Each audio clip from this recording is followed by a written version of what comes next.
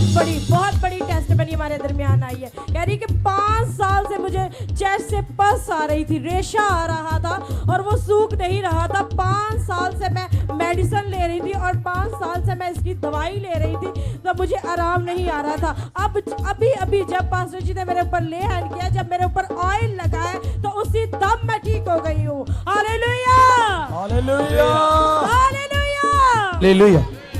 Church, ये बहन बुलाओ, इनको बुलाओ। कब इनकी ये प्रॉब्लम है? ऊंचा बोलो जरा। 5 साल से मैंने मेडिसिन खाई है, नहीं मुझे आराम आ रहा था। बड़े डॉक्टरों के पास गई हूँ, नहीं आया। इनको प्रॉब्लम क्या थी, जरा दोबारा रिपीट करो। इनके चेस्ट में से पर्स आती थी, रेशा निकलता था रेशा निकलता चेस्ट में से। चेस्ट में से। अभी इनको देखो, ये ठीक है? कह रही है मैं बिल्कुल ठीक हूँ। पीछे बहनों को चेक करवाएं जरा। थैंक्स करो खुदावंद का।